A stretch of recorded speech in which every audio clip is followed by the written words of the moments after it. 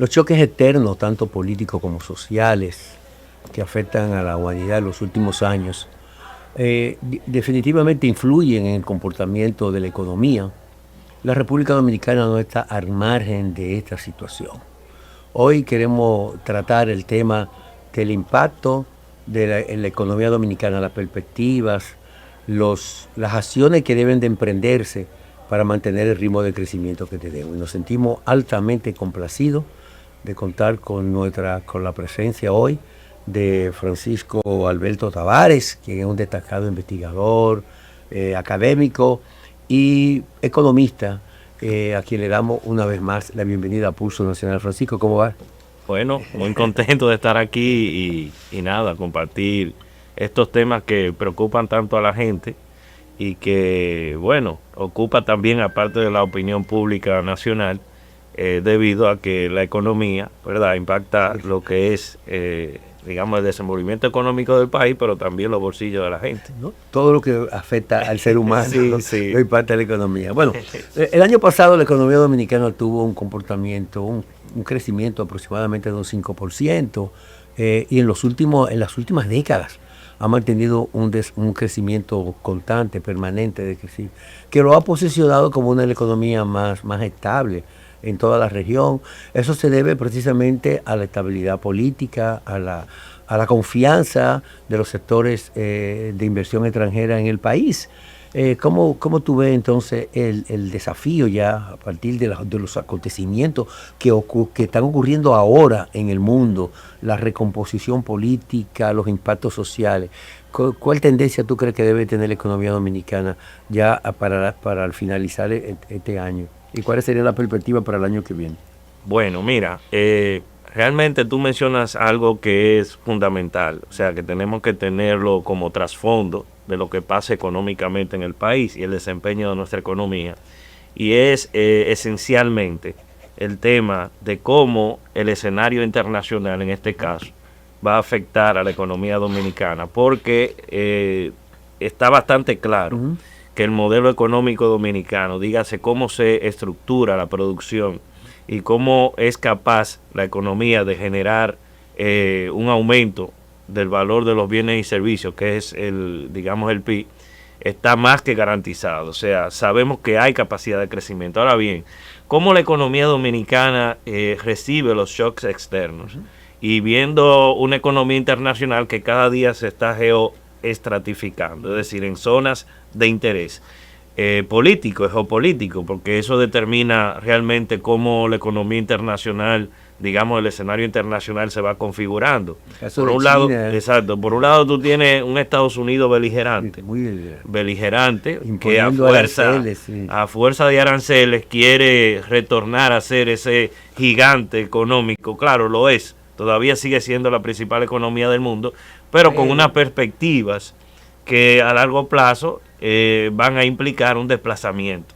Y eso definitivamente está en el corazón de la política internacional de Donald Trump y de este gobierno de Estados Unidos. Y República Dominicana no puede abstraerse de esa realidad, toda vez de que los aranceles son instrumentos que lesionan la libre circulación de bienes, es decir, va a afectar el comercio internacional.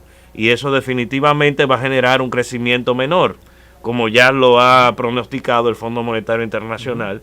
De la economía mundial va a crecer menos de un 3%, apenas un 2.5, 2.4% para el próximo año. Producto de esos choques, porque la economía internacional estaba acostumbrada a una economía más integrada, donde las cadenas de valor entre los países, ¿verdad? Esta sinergia económica y esa integración está en contestamiento, y definitivamente que República Dominicana, que está muy vinculada a la economía estadounidense, si ocurre, ¿verdad?, como en proyección se ve, un crecimiento menor de Estados Unidos, los flujos económicos hacia la República Dominicana van a disminuir, y en consecuencia eso va a tener un efecto sobre el crecimiento de este año y quizás de 2026. O sea, si no hay algo que redefina y finalmente lleve más estabilidad y más predictibilidad en los mercados internacionales, pues entonces nosotros vamos a tener esos riesgos ahí pendientes de solución. A propósito, según la misión del Fondo Monetario Internacional, las condiciones del financiamiento, sobre todo mayores restricciones, constituyen un riesgo para la economía nacional. En ese sentido, me gustaría saber qué sectores del país serían los más vulnerables en un endurecimiento del crédito externo y qué medida de política monetaria o financiera aconsejaría aplicarse para mitigar esta situación. Definitivamente que un escenario con mayores riesgos financieros va a tener repercusión en las finanzas públicas. Yo veo esa parte un poco vulnerable a esa posibilidad que menciona el Fondo Monetario Internacional, porque definitivamente cuando nosotros vemos los ejercicios presupuestarios anteriores y el del año 2026 proyecta hacer tener la misma, vamos a decir, tendencia, estamos cada vez dependiendo más del crédito externo para poder financiar las inversiones de infraestructura que son necesarias. O sea, cuando nosotros vemos las soluciones del transporte que aquí que están proyectando a través de la inversión pública, son necesarias y a futuro eso va a tener vamos a decir, un retorno económico, ¿verdad? Pero al mismo tiempo, ese mismo Fondo Monetario Internacional, pues da a entender de que el país necesita reformas estructurales. Yo creo que las reformas estructurales son inaplazables y hay que asumirla con cierta, vamos a decir, prudencia, pero también con cierta valentía política. Porque definitivamente reforma, sí. ¿A qué te refieres? ¿Una reforma aquí monetaria, una reforma integral? ¿Qué tú ves con reforma estructural? Mira, las reformas estructurales tienen que ver con la forma en que se recauda y se gasta los recursos. Definitivamente que hay que hacer una reforma fiscal en la República Dominicana. Ya verla desde una perspectiva de un pacto o de una reforma simple. Cuando se intentó, muchos sectores decidieron que no era prudente. Bueno, mira, hicieron toda una campaña. Yo te digo algo, nunca habrá un consenso. Nunca habrá un consenso en materia impositiva. Nunca habrá un consenso. Pero hay que asumir una Entonces hay que asumir ciertas responsabilidades y alguien tendrá que tener un escenario un poco más difícil. Muchos gobernantes le temen al costo político. El costo político. Pero hay una oportunidad en el caso de Abinader, que él no se va a reelegir. Sí, él no se va a reelegir, pero su partido, que es el oficial ahora mismo, se encuentra en una situación muy difícil a raíz de estos acontecimientos que han estado ocurriendo últimamente y a perspectivas económicas un poco más austeras que lo que se tenía proyectado. O sea, tenemos un escenario económico internacional difícil que ha significado a que el gobierno tenga que manejarse con menores recursos de lo que pudiera proyectarse y con una economía en desaceleración, vamos a decir, teniendo un crecimiento un poquito más acotado. Se proyecta que la economía no va a crecer más de un 3%. Entonces eso no es malo, no es malo. No es malo. Pero como está acostumbrado la República Dominicana a crecer por encima del 4.5, 5%, que es el crecimiento que dicen los economistas es el potencial. El crecimiento potencial es el crecimiento que si no ocurre una situación X, ¿verdad?, que afecta a la economía tiene un crecimiento vegetativo en ese porcentaje, en esa horquilla, y de 4.5 a 5%. Sin embargo, esa no es la realidad. Entonces tenemos el tema impositivo, pero tenemos el tema también, Osvaldo, de la reforma a la seguridad social. Sí, o sea, usted puede tener una economía en crecimiento, puede tener indicadores macroeconómicos envidiables como lo tiene la República Dominicana si lo comparamos con otros países, pero hay un componente que tiene que ver con lo redistributivo, y por eso le hablé del tema impositivo y del gasto, pero también de la seguridad social, porque la seguridad social viene siendo ese manto de protección que aparece, ¿verdad?, en momentos en que la gente más lo necesita, cuando se enferma, cuando ya no tiene fuerza para trabajar, cuando le ocurre un incidente en el trabajo, cuando pierde su empleo. O sea, estamos discutiendo el tema, que es otro tema también estructural, que es el mercado de trabajo y la situación del Código Laboral. Entonces estamos discutiendo qué es lo que tiene el Código Laboral parado, el tema de la cesantía. Pero si la Seguridad Social hubiese activado el seguro de desempleo, que es un problema de quién lo financia, podría mitigar porque fíjese, los empresarios no quieren pagar la cesantía, pero no quieren pagar y financiar el seguro por desempleo, que habla la ley 8701. Entonces es un problema de financiamiento, de quién lo va a financiar. No es un problema para ajustar, ¿verdad?, la realidad laboral dominicana a la tendencia internacional. Tenemos que crear un seguro. La cesantía es algo, una compensación que ha existido ahí. Claro. Y una conquista. Y ha sido una conquista que hasta que no exista algo que lo mejore o que lo equipare, ningún trabajador ni tampoco el movimiento sindical se va a tirar encima claro que no. Una reversión de esa dimensión. Muchos de los argumentos que establece el sector empresarial es que eso frenaría el impulso del crecimiento económico del país con la generación de nuevos empleos, pero que aquí hemos registrado un crecimiento constante en las últimas décadas de los empleos. Y la cesantía ha estado ahí, no ha sido, en la realidad no ha sido un obstáculo. El caso de la seguridad social que tú lo tomas ahora, yo creo que una de las deudas que en verdad el país tiene que enfrentarla, porque la propia ley que creó el sistema dominicano de la seguridad social establece que a los 10 años debió haberse revisado, actualizado, y hay otros factores interesantísimos que le dan la dinámica de sostenibilidad al sistema, que no se han implementado, como la consulta primaria, ¿no? ¿Verdad? Lo que se iban a establecer y una serie de garantías que tuviera el empleador. Y cómo también integrar a una serie de profesionales liberales a que coticen en el régimen subsidiado, ¿no? En el caso de la seguridad social. ¿Cuáles son las debilidades que tú puedes visualizar en este aspecto? ¿Y cuáles serían tus recomendaciones urgentes para una reforma de la seguridad social eficiente?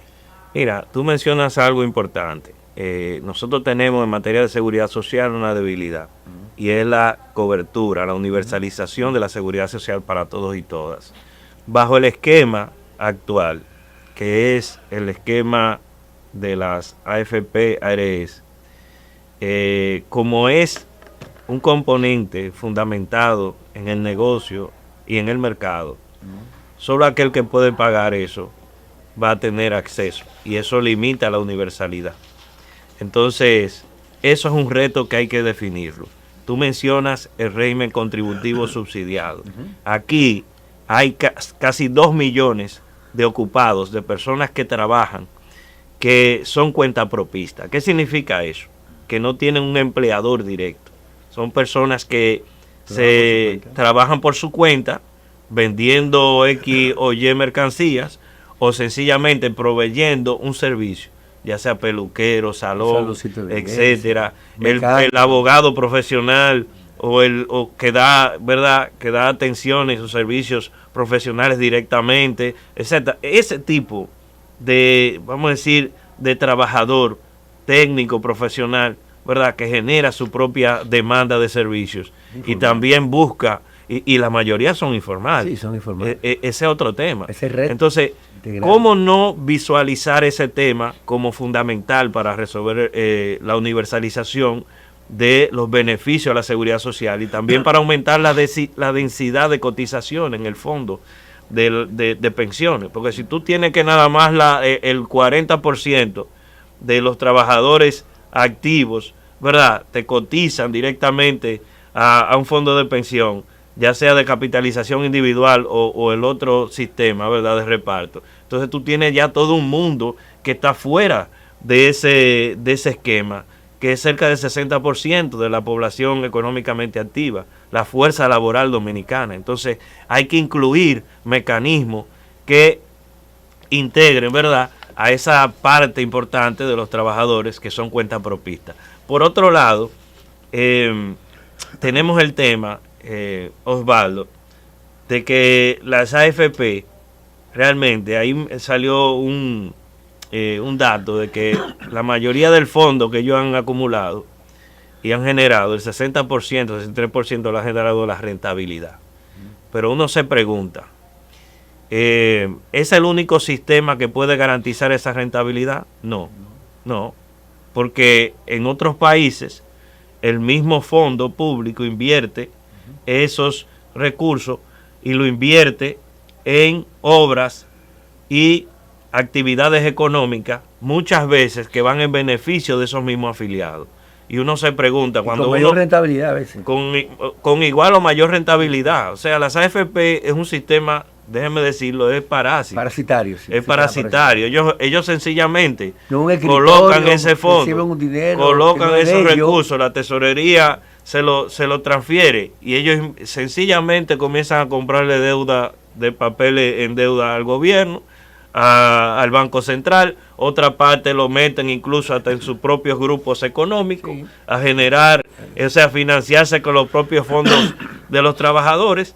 En definitiva, yo creo que aquí hay que establecer un sistema que tenga un pilar solidario, porque es la única manera de que la gente va a tener pensiones adecuadas. En el 2033 va a ocurrir una situación aquí, y es que la gente se va a dar cuenta cuál es el estafa que tiene el sistema de pensión dominicano. Cuando llegue el momento de recibir claro, porque hasta ahora lo que se ha estado recibiendo son pensiones por discapacidad, pensiones por un accidente laboral, etcétera.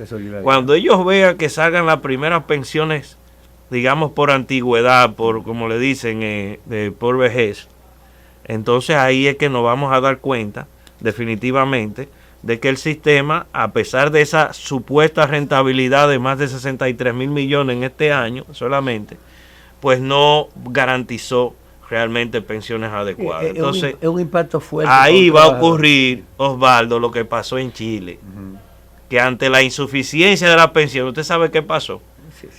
Que el Estado tuvo que pagar, que asumirlo, una partecita. Y quizá están apostando a eso, a crear esa distorsión. Definitivamente que eso va a ocurrir. Eso es lo que va a ocurrir en República Dominicana, de no hacer los ajustes ahora, antes de que sea demasiado tarde. Un trabajador piensa que después de 20 años de trabajo, 30 años, se retira, gana 60 mil pesos y va a recibir una pensión de 11 mil pesos. ¿Con qué va a subsistir? En un momento más difícil de su vida, sí, porque no va a tener seguridad, no va a tener un seguro médico y el dinero que va a recibir no va a ser suficiente como para enfrentar la situación de salud. Hay una serie de temas interesantes, Francisco, que me gustaría seguir conversando contigo, ya de la perspectiva del comportamiento de la economía durante este año y la perspectiva para el próximo año. Pero me gustaría hacerlo después de esta pausa.